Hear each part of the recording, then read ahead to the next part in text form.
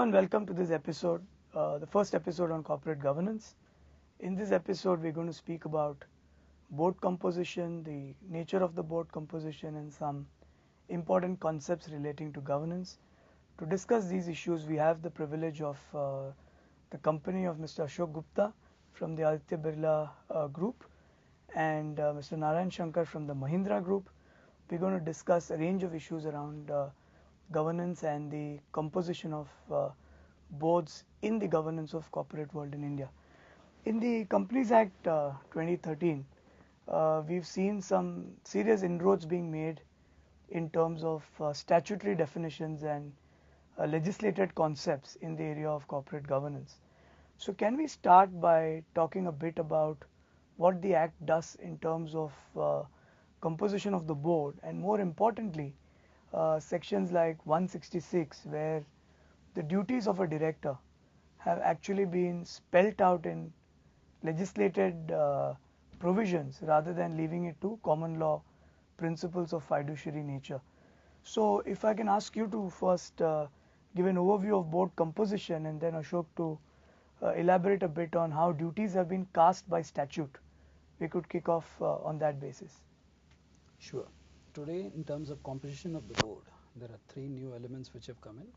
One, public companies would require to have a resident director. Companies also, certain prescribed class of companies would require a woman director, as well as then the third class is an independent director.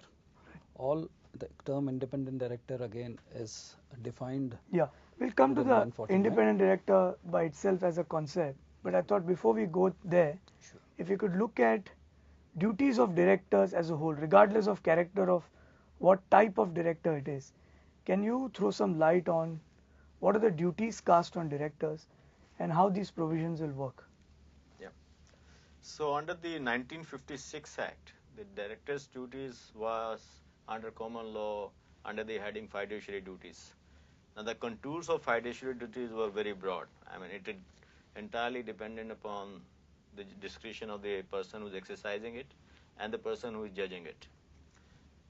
Obviously, it didn't work because there were variability in terms of casting what duties are under fiduciary duties, and therefore, for the first time, perhaps in the world, the duties have been now legislated, as you rightly put it. And to my mind, all the duties which are mentioned, I can touch upon various duties which are mentioned, are typical fiduciary duties a director is expected to discharge while acting as a director of the company. So some of the duties which are already mentioned here and legislated are in the nature of to act impartially, act independently, not to have a conflict of interest, not to have undue gain for himself or for his relatives, and exercise due care, skill and diligence, and act for the benefit of not only shareholders, employees, community and protection of environment. Right. So for instance, in the beginning, fiduciary duty is a very broad term. I would guess as a responsible director, even in 1956, he would look not only at shareholders' duty, but also would like community, employees. Ultimately, you need to earn license to operate in a corporate world, and you can't have a license unless you take care of the stakeholders. Right. So it's beyond shareholders; it's even stakeholders. Absolutely. So this could now mean that if you owe a duty to a creditor, for example, as a director, you got to be thinking about whether your actions would impact someone other than the shareholders appointed you, including creditors, including consumers, government agencies, etc. Yeah, they're important organs for the business in any case. Right. So, for instance, if even we take a call as a director that something is not going to work for the benefit of the creditor in the long term, we are going to impact our business interests because right, nobody will come forward and give credit to the company and business. So, therefore, you need to really balance conflict, which apparently looking very conflicting. They are not very conflicting duties, but one has to really apply their mind in saying that action of the company are not influenced by a single factor, but has to take care of various constituency and then take action, which in my view is good for the long-term business of the company. Right. So 166 therefore would be what lawyers would call a principle-based law, where the principle that you shall act with due skill, care and diligence, the principle that you shall take into account the interests of all persons impacted by our decisions in the manner in which you take decisions. So how do you see this as a material departure in terms of codification, but codification with a wide scope of what the duty should be? Duties of directors have always been. It was more fiduciary responsibility, which has evolved over a period of time through case laws and codified in that manner. But for the first time, the section not only talks of the duty of care, skill, what he has to do, but it goes into micromanagement of even mentioning that he will uphold ethical standards, the director will act objectively, he will refrain from any action which will lead to loss, he will devote sufficient time and attention to the professional obligation. So besides the generic fiduciary responsibility, the section and the Companies Act today goes into even nitty-gritties and micro as to what really is expected of a director. Right. Therefore, Ashok, for a court of law which is enforcing the act, now there is a barometer that's available in actual language written in the act, rather than leave it open to a court to decide whether its fiduciary capacity has been well occupied or not. Would that be a fair statement? It is, because they're part of the law. Right. And court is expected to look at the law and interpret it. Right. And earlier, when it was fiduciary, it is for the court to decide what fiduciary means in a given context. Right. Because it is a context-driven definition in that sense. So, in a manner of speaking, it might lead to issues. Anybody and everybody can go to the court of law who would say, okay, these are the duties defined and they have not discharged it. And the court then have to see the context. I can understand that concept now bringing in and creating more difficult life for the company and its directors. But I think it will settle down over a period of time, because there are two reasons to my mind why these are defined now. One is that naturally the fiduciary duty did not work. If it had worked well, there was no need for anybody to define it here. And secondly, it facilitates the task of a director, that you don't even look at shareholders' point of view or manager's point of view or management's point of view. Look at everybody's aspect. Ideally speaking, this could have been done in a very different fashion, Right. by having a guidance notes rather than incorporating in the legislation. But now it is a fact. And so long as the courts are taking a liberal view rather than a stricter view, I think it should work. Right. And unlike fiscal statute, when you Yes. interpret a regulatory provision like this, you will need to purposively construe it in the light of the legislative Right. intent. To a certain extent, it would also be onerous on the director to balance conflicting interest. Right. A shareholder and a taxpayer, taxman, both Right. would be a stakeholder in the company. Right. How would he balance that interest? Community at large, polluting industries, environment at large. So how do you really balance such conflicting interests? It would really be a challenge Right. It will be a question of fact in each case. in case. Like, are you minimizing tax incidents for the Absolutely. benefit of your shareholders, but within the compliance norms under tax law? Yeah. So each director, I would sense, is then put to the task of asking this question to himself when he endorses or supports a decision recommended by the management.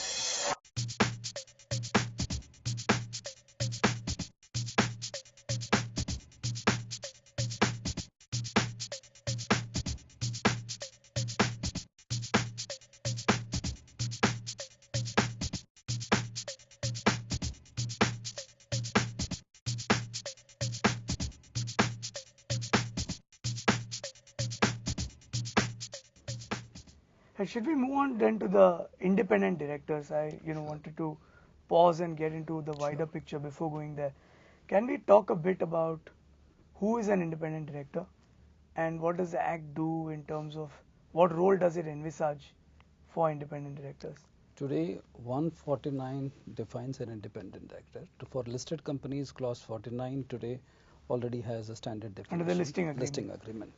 But now for other class of companies, public companies, you will have certain class of companies having turnover, paid up capital of 100 crores, a turnover of 300 crores, or having outstanding loans to get into independent directors, which will be 1/3 of the board strength.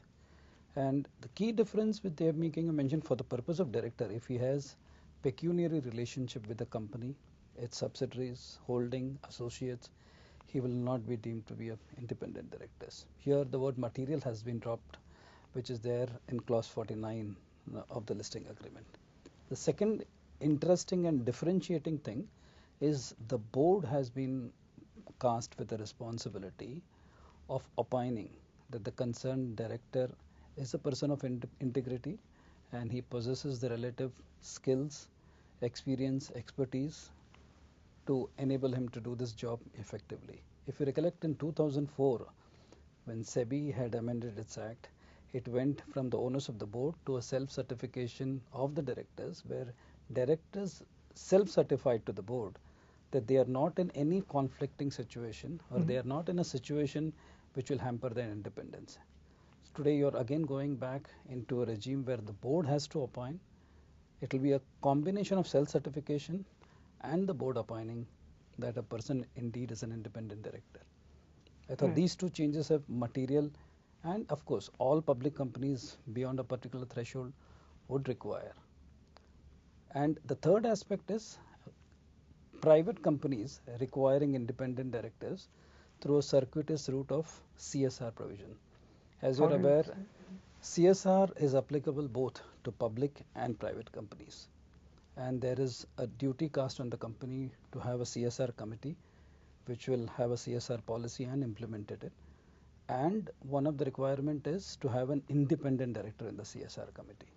So if you have a private company, and even if you have just a profit of 5 crores, if you just have 2 directors, today you'll have to appoint a third independent director because CSR applies both to public and private companies. Good. Ashok, would you have a comment on that? That why not then say that all companies shall have independent directors? Or would it be that in a private company, you may have a director who's independent but not necessarily in conformity with Section 149? Yeah, the only one is why not all companies should have independent directors. To answer that question first is, I think there are practical compulsions. Number one, capacity of private companies to have and capacities and mindset of independent private companies to have a person not related to the family in a manner of speaking, to be on the board and engaging them. I mean, this is only a perception. I'm sure they're doing everything fine and they stand to gain if they have independent directors. But we are at infancy of governance mechanism, and therefore we need to deal in phases. So first phase is that it should apply to all companies of significant sizes. Listed company, it was applicable.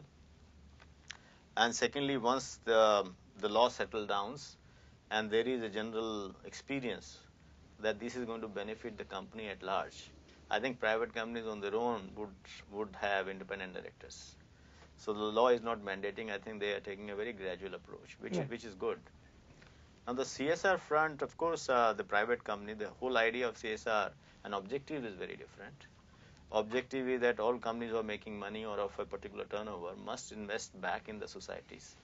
And I keep on saying there's a license to operate. So whether it's a public company or a private company, you need to have a license to operate in a community. Now, to oversee whether CSR spend is going to the right direction or not, they introduce the concept of independent director for those companies also. But rules are still being debated, as you know, and final outcome perhaps may avoid this anomaly. That if the legislature has decided not to have independent director for private companies, why would they have it for CSR?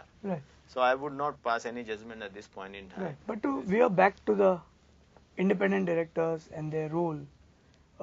Can you elaborate a bit on what does the Act expect an independent director to do, and how does the Section 149 use this office of an independent director in furthering the objective of good governance? Yeah. So the concept of independent directors, as like fiduciary duty, can be, without definition, can be interpreted in any way. If you're not related to me, you're independent. So to that extent, people will say, okay, he's not related to me, he's an independent director. But that's not what the intention was. Intention is, and it is a governance, and if you consider very positively, and I do, that it is going to help the business grow. So a director who is not related in any manner, pecuniary or otherwise, and has the rich experience, integrity will bring number of positives on the table for the governance. Number one, he will give a different perspective in which we are operating. Macroeconomic situation, the industry, cross-industry benchmarking that can happen. Sometimes we take a very inward view of the industry. But today's industries are breaking barriers. For instance, mobile industry going for banking. So is mobile industry belonging to banking or banking industry belonging to mobile? You need to really start challenging it.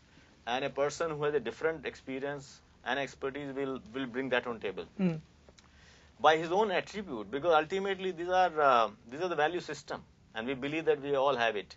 That we are person of integrity, we are honest, we are duty to care to the environment. Now it is ingrained in it, maybe to re-emphasize the fact that you need to have a person of integrity coming onto the board, Right. who have the special skill and can add to the value of the company and its shareholders and stakeholders. Right. And it will uphold the governance mechanism. All said and done, if you are doing on your own as an entrepreneur, there are somewhere down the line, you will break or breach. Right. The- Can I actually interrupt and ask a question? When you say independence, it's independence from what? From the promoter or independence from the management or both? It is actually independent from promoter and management both, as you mentioned, because one is, of course, the governance aspect of it. Second, also there should be a challenger.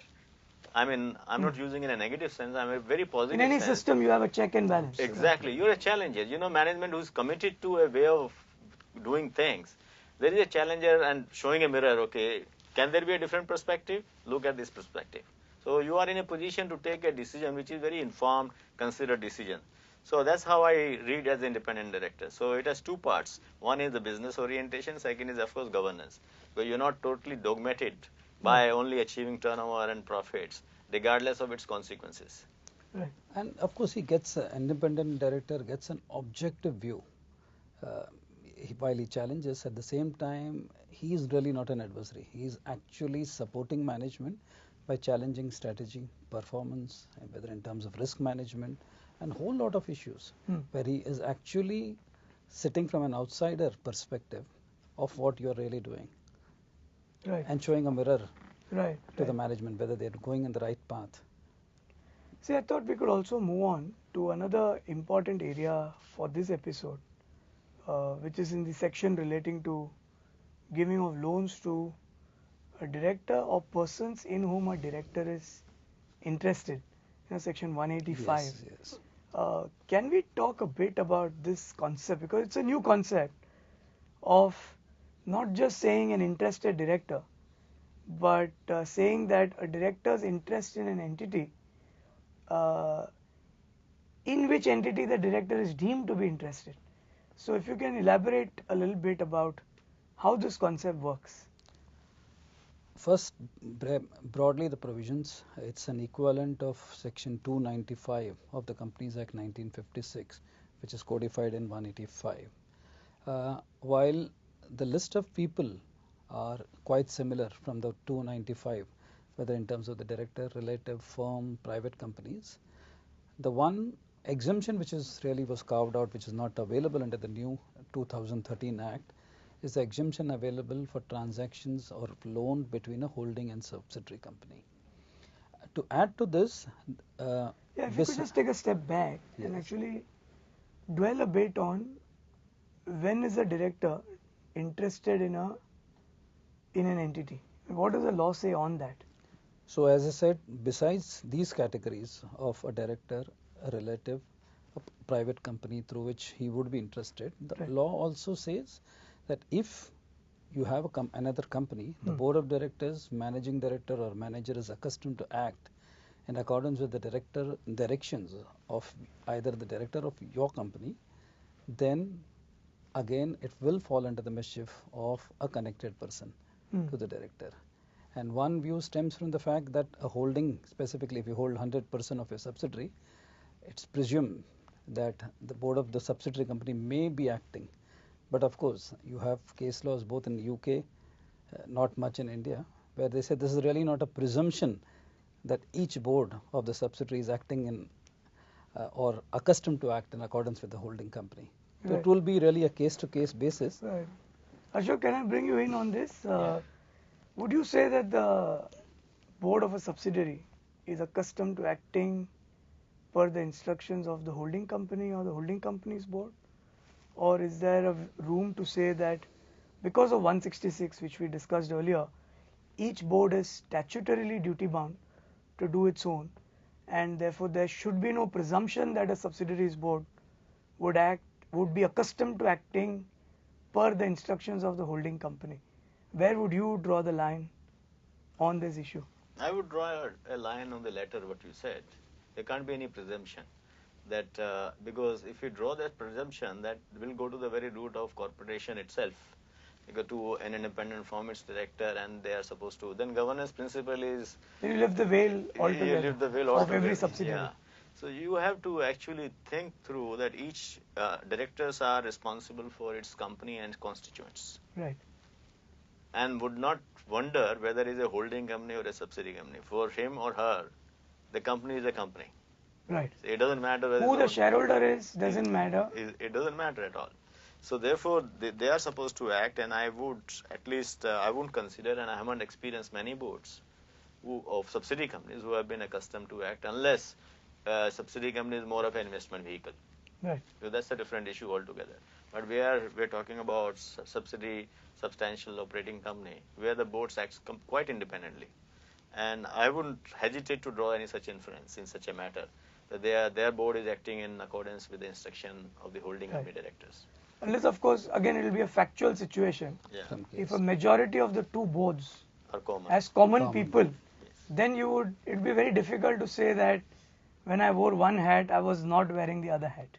It's challenging. It's Well, challenging. It is Yeah. quite challenging, but many a times, in like intellectual property matters, it is quite regularly happening in holding company and subsidiary company. Holding company wanted to extract a value, subsidiary company, so it doesn't belong to you. Right. There has to be different values. So it's a very interesting dynamics.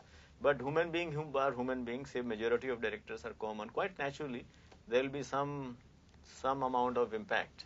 Would it be fair to say that, leave aside how this will work, leave aside whether you can draw a presumption or not, would it be fair to say that such a provision will nudge companies towards not having such common directorships or minimizing such common directorships so that these issues don't actually arise for them? And in that sense, the law could be a tool to pushing companies to have independent boards and people who think for the company, as you say, rather than think for the shareholders who appointed them. I'm not too sure. The reason is there are different considerations for appointment of directors. For one of the consideration is the knowledge of the sector, cross sector, and his own experience, which may be useful both for holding company and subsidiary company. So it is in the larger interest of the business to have him on board. Or just a case of a lawyer who is on the director, a senior designated lawyer who is in a holding company, and we believe that he upholds some certain value which should be extended even to a subsidiary company. And he would in his mind make a demarcation between holding and subsidiary company. Whether this provision is going to nudge, I'm not too sure. It might. It's too early to say that. All right? And equally wanted to supplement today, if you see clause 49, for example, it actually requires a holding company to have a review mechanism. And as part of the review mechanism, they say that at least one independent director from the whole should be on the board of a subsidiary company. So actually, the listing agreement actually pushes you in that direction. Right. And here, one point of difference is a company can do business either as its own operations or investment through subsidiary. So you will have many companies which are operative and investment companies. So when you are doing investments, it's the company doing the investment and not the promoter or the director. Right. If the concept is the promoter or the director not getting undue gain, would be accepted. But the company's own investments, it was definitely protect its investment. Right.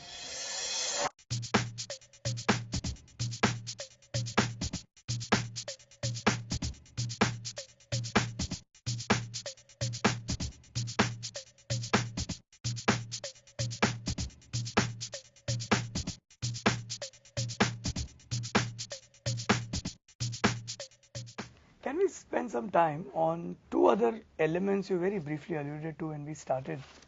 The need for a resident Indian or a person resident in India, if I may use that phrase, because 183 days is the test applied, to be on the board of every Indian company.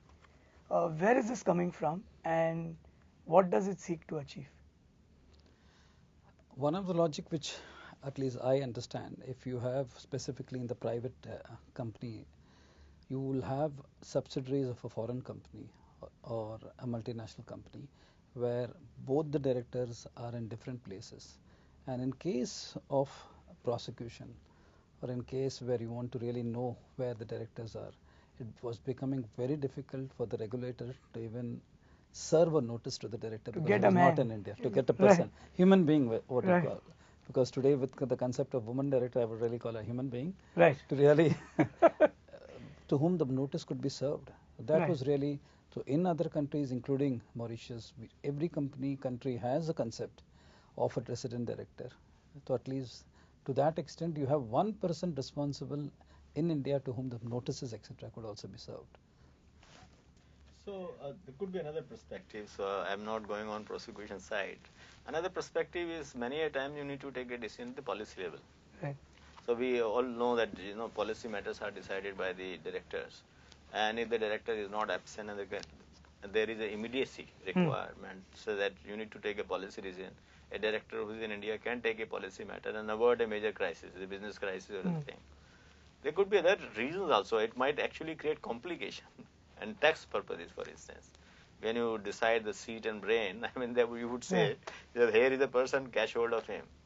So that aside, but generally, I think the person, if he's in India, he can engage with government bodies, all stakeholders, can speak on behalf of all the board of directors and carry forward the agenda of the company. I think it's a good development in that sense. Right. What about the women directors bit? Is it a measure to increase representation, and are we going down the path of a reservation sort of approach? Where do you think this provision will take us? Today, factually, or the threshold which they have laid is if you have a paid up share capital, the same threshold of an independent directors, and they are requiring corporates to have at least one woman director. Of course, all listed companies have been given a time period of 1 year, and unlisted companies have been given a time period of 3 years transition to move into that direction. And of course, very few countries really legislate on women directors, but I'm sure with this you'll have more women on board. Right. So I think the perspective here is, theoretically speaking, the male and female are 50-50, theoretically speaking, or expected to be, barring few states where things are happening. And it has also been internationally proven that diversity is really helpful. They bring different perspective completely. They would know the needs of that gender in that sense, or they have a different way of thinking, and it is both scientifically proven and contemporarily established. So therefore, and the whole idea of company, and we are operating in a society, we are not operating for male or female, we are operating for communities, whatever part of the business we are in. So I think it's a very, very good development to have. Give a push to the idea. Absolutely. Right. I mean, otherwise, I think company may or may not. The mere acceptance, if nothing else, the mere acceptance of the fact that women can stand up in the board with the board, that by itself is a good feeling, in my view. So the boardroom is reflective of the society. Absolutely. And by impacting that, we may try to impact society. Absolutely. We must accept this fact, and maybe they're better off than us. You never know. Correct.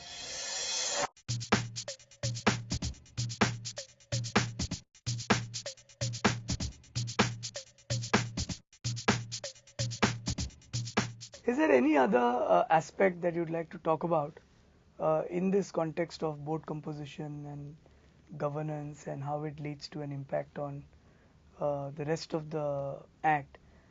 If you could summarize your views on the Companies Act 2013 in this regard, on any issue which we've not touched upon so far.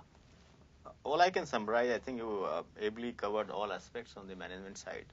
The issue of governance is not dependent upon the clause in the listing agreement or a provision under the Companies Act. It is a mindset problem. Right. That we don't want to have it with complying with all these provisions, still you don't have a governance. You still not have governance. It's as simple as that.